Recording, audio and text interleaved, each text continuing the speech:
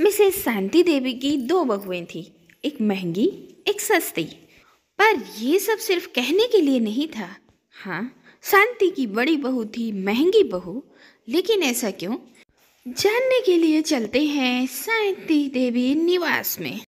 फिर एक पीली साड़ी पहने हुए कविता कमरे से बाहर आती है और लॉबी में सबके साथ जाकर सोफे पर बैठ जाती है। अरे, तुझे कहीं शादी ब्याह में जाना है क्या बहू? अरे सुबह सुबह इतना सज धज के निकली हो। और हाँ, पल्लू का काम कितना अच्छा लग रहा है ना जेठानी जी, काफी महंगी साड़ी होगी। अब मेरी साड़ी की तो बात रहने ही दो प्रिया, तुमने देखी भी है इतनी महंगी साड़ी। और आप ही ना क्या मम्मी जी, महंगी थोड़ी ना है, बस 10,000 रुपए की तो है। अरे मम्मी जी, इससे महंगी साड़ियाँ तो हमारे मायके में लोग नौकरों को दे देते हैं। अरे ये तो आपने कुछ ज्यादा ही बोल दिया भाभी। हाँ, अब जो लोग मुझसे जलते हैं उन्हें तो मेरी बात छोटी ही लगेगी ना। ऐसे ही नहीं मोहल्ले वाले मुझे मम्मी जी की महंगी बहू कहते हैं। अरे मेरी शादी में पूरा शहर सजवा दिया था मेरे मम्मी पापा ने। और दहेज का तो पूछो नहीं, 3 गाड़ियां भरकर दहेज लाई थी मैं। वो तो मेरे साथ धोखा हो गया, वरना इस क्लास की नहीं हूँ मैं, किसी टाटा अंबानी के घर की बहू बनती। खैर, इन साड़ियों में मुझे काफ़ी देर हो गई है।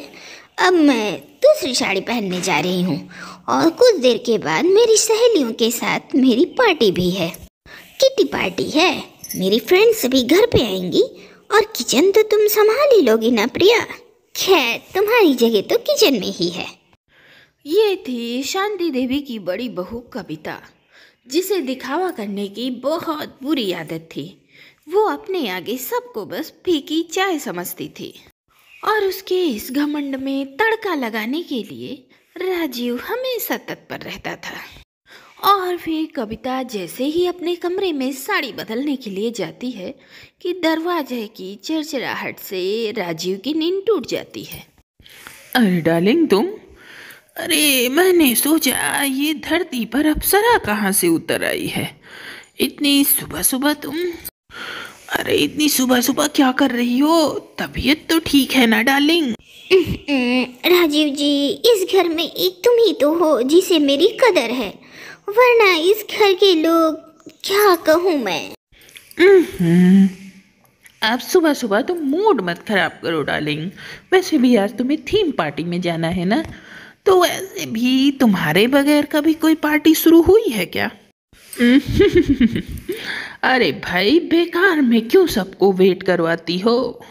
अब बेचारी प्रिया अकेले ही पूरी रसोई संभालती है। अब सुबह की गई हुई कविता शाम को अपनी फ्रेंड्स के साथ घर वापस लौटती है। अरे प्रिया, एक कप चाय तो ले आओ। कमाल है कविता, बड़ी किस्मत वाली हो। तुम्हारी देवरानी अकेले ही किचन में सारा काम कर लेती है, वरना मैं अगर किचन में जरा सी मदद ना करूँ ना, तो मेरी देवरानी तो मुझे काटने दौड़ती है। अरे नहीं यार, ये कोई खुशी खुशी नहीं करती। अब तुम ही देखो, मैं साड़ियाँ पहनती ही कितनी देर हूँ, थोड़ी देर पहनने के बाद मैं उतार देती हूँ। और जो साड़ी मैं एक बार पहन लेती हूँ दोबारा पहनती नहीं, तो मैं वो सब उठाकर इस प्रिया को ही तो देती हूँ। अब वो मेरे लिए इतना भी नहीं करेगी तो कहाँ से मिलेंगी उसे इतनी महंगी महंगी साड़ियाँ। अब ये सब बातें प्रिया सुन लेती है और सुनने के बाद प्रिया का गुस्सा हाई हो जाता है और वह सबके लिए चाय लाती है। चाय के साथ एक रुमाल रख के सबके सामने रख देती है। अरे प्रिया, ये क्या, लोग चाय के साथ नमकीन बिस्किट स्नैक्स वगैरह लाते हैं और तुम ये क्या ट्रे में चाय के साथ रुमाल रख कर लाई हो? अरे जिठानी जी, ये है आपकी रुमाल। आज तक उतरन के नाम पर मुझे अपनी जिठानी से एक रुमाल ही तो मिली है, और जिसे शायद ये आपके भाई लंदन से लाए थे। अब क्या बताऊं रागिनी दीदी, मैंने अपनी पूरी अलमारी छान मारी, पर मुझे उस अलमारी में इस रुमाल के सिवा और कुछ नहीं मिला जो मुझे कविता दीदी ने दिया हो। अब ना जाने जेठानी जी किन साड़ियों की बात कर रही हैं। क्या क्या क्या क्या, क्या कह रही हो प्रिया?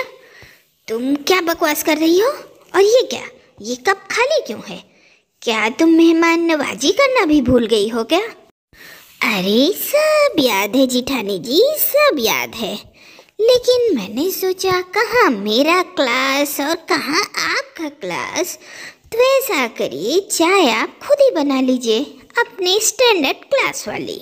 जेठानी जी अब मैं जा रही हूँ अपने कमरे में, और हाँ रात का खाना तो आपको बनाना है ना, ताकि सब बराबर हो जाए। अरे अरे अरे अरे, ये क्या हुआ? अब जो प्रिया बोल कर गई 10 मिनट तो कविता को उसे समझने में लग गया। अब जहाँ तक आज तक प्रिया ने अपनी जिठानी की हर बात चुपचाप सर हिलाकर मानी थी, तो आज क्या, आज तो वो कविता को सुनाकर चली गई। ओहो, शायद तेरी देवरानी को हमारी ही नज़र लग गई जो इतना सुनाकर तुझे चली गई। खैर मुझे अब चलना चाहिए कविता, नहीं पता नहीं तेरे घर का मसला कहीं और न उलझ जाए, फिर बाद में मिलेंगे। अरे रुक जा रागिनी, मेरी वो 5 लाख की पर्स तो देखती जा जिसे मैंने लंदन से मंगवाई है। ओ कविता मैं चलती हूँ अब, वरना मेरी सास इंतजार कर रही होगी, सुबह से निकली हूँ। अरे मेरी सास मेरी क्लास लगा देगी, फिर कभी तेरा पर्स देख लूँगी। हाँ, और हाँ तुझे रात का खाना भी तो बनाना होगा, चल जा जा जा खाने की तैयारी कर। अब प्रिया गुस्से में चली जाती है अपने कमरे में, और रसोई में तो कविता को जाना पड़ता है। शादी के बाद एक दिन रसोई में आई थी रसम करने, उसके बाद फिर आज मुझे किचन में आना पड़ा। अब कहाँ क्या रखा है ये तो सिर्फ प्रिया ही बता सकती है। अरे अरे अभी अभी मैंने मैनिक्योर करवाया था, सारे नेल्स खराब हो जाएंगे। क्या करूँ? आइडिया, एक काम करती हूँ, पेट दर्द का बहाना कर लेती हूँ। अब कविता अपना पेट पकड़कर जोर जोर से चिल्लाने लगती है। अरे हाय रे मेरा पेट, मम्मी जी आए। अब कविता के पेट दर्द की वजह से चिल्लाने की आवाज़ सुनकर उसकी सास शांति देवी वहाँ आ जाती हैं। अरे क्या हुआ कविता बहू, तू चिल्ला क्यों रही है? अरे तूने पेट पकड़ा क्यों है, करा क्यों रही है? पेट में दर्द हो रहा है क्या? अरे जरूर तू बाहर का कुछ पिज्जा बर्गर खा कर आई होगी, तभी तेरा पेट दर्द हो रहा है। मम्मी जी मेरे पेट में बहुत जोर का दर्द हो रहा है, मैं बर्दाश्त नहीं कर पा रही हूँ मम्मी जी। अरे तू रुक, मैं अभी प्रिया को बुला कर ला रही हूँ, तेरी गैस बन गई होगी। प्रिया ना अभी नमक अजवाइन की फाकी देगी तो तू झट से ठीक हो जाएगी। अब शांति देवी अपनी छोटी बहू प्रिया को बुला कर लाती हैं। अब प्रिया एक गिलास में गुनगुना पानी लेती है और एक कटोरी में नमक और अजवाइन लेकर अपनी जेठानी कविता के बगल बैठती है। अरे देख कर प्रिया, तू तो मेरी साड़ी पर बैठ गई, मेरी सारी एम्ब्रॉयडरी खराब कर दी। अरे मेरी बहुत महंगी साड़ी है मम्मी जी। अरे तू ज़्यादा ड्रामा मत कर कविता बहू, अभी तो तेरे पेट में जोर का दर्द हो रहा था और अब भी तू साड़ी साड़ी कर रही है। अरे एक तो प्रिया बहू तेरे लिए नमक अजवाइन लेकर आई और ऊपर से तू उसे ही रौब दिखा रही है। देख मैं आज तुझे साफ साफ कह देती हूँ, अगर इस घर में किसी ने कविता को छुआ या फिर उसके आसपास गया तो उसका रिश्ता मुझसे खत्म हो जाएगा। हाँ, तेरी साड़ी क्या हो गई, सोने की बनी है ना तू, जिसे प्रिया छू लेगी तो तू खराब हो जाएगी। जा जा, कोई नहीं आता अब तेरे पास। अरे वाह, मम्मी जी कितनी अच्छी हैं, थैंक यू मम्मी जी। अब कविता भी इस बात से बहुत खुश हो गई थी और वह आए दिन अपनी सहेलियों के साथ घूमती। फिर एक दिन चेहरे पर फेस पैक लगाकर ऊपर जाते हुए कहती है, मैं ये अपना फेस पैक और ये बॉडी लोशन छोड़कर ऊपर जा रही हूँ, अब मेरी गैर मौजूदगी में इसे कोई लगा न ले। अरे ये काफ़ी महंगा है। फिर ऐसे ही कुछ देर के बाद जब कविता छत से नीचे उतर रही थी तो उसका पैर सीढ़ियों से फिसल जाता है और हर बार चोट का नाटक करने वाली कविता को इस बार सच में चोट लग जाती है। मेरी कमर! अरे देवर जी, प्रिया, अरे कोई तो आओ, मुझे उठाओ, मेरी कमर में चोट लग गई है। अब कविता की ये चीख सुनकर सभी वहाँ भागते हुए आते हैं, पर कोई कविता को नहीं छूता। अब सभी दूर खड़े होकर कविता को देखते हैं। अरे नहीं नहीं भाभी, हम आपको नहीं छू सकते। आपकी इतनी महंगी साड़ी है, अगर साड़ी खराब हो गई तो। और वैसे भी आपने इतना महंगा लोशन जो लगवाया है, हमारे छूने से कहीं वो लोशन न खराब हो जाए जिठानी जी, इसलिए हम आपको नहीं छू सकते। अरे आग लगे ऐसे लोशन को! अरे जब शरीर ही नहीं रहेगा तो क्या होगा ये लोशन, क्या होगी साड़ी? अब मैं तो आपको उठा भी नहीं सकता भाभी जी, आई एम सॉरी, माफ कर दीजिए मुझे। अरे इन लोगों से कह दीजिए ना, गलती हो गई मुझसे। अरे जब कोई मुझे छुएगा ही नहीं, उठाएगा ही नहीं, तो क्या मैं ऐसी ही पड़ी रहूंगी?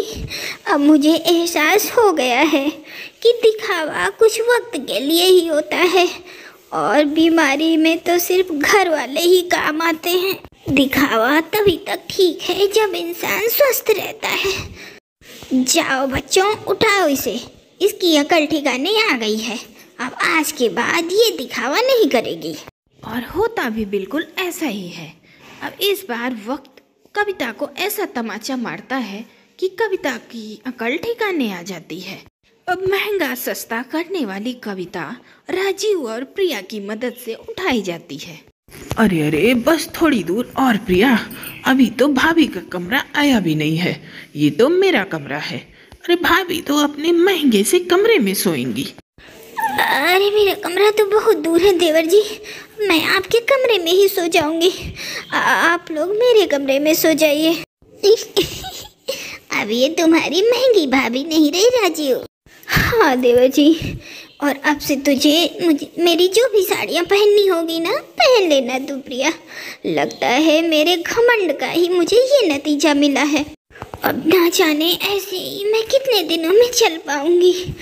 अरे सस्ते वाले तेल से ऐसी मालिश करूंगी ना जेठानी जी कि आप 2 घंटे में ठीक हो जाएंगी। अरे हमारी महंगी महंगी जेठानी जी को आखिर में सस्ते नुस्खे ही काम आएंगे। फिर उस दिन के बाद से कविता की अकल ऐसे ठिकाने आती है कि फिर वो अपनी देवरानी प्रिया को कभी नीचा नहीं दिखाती और उसके साथ अपनी छोटी बहन की तरह रहने लगती है।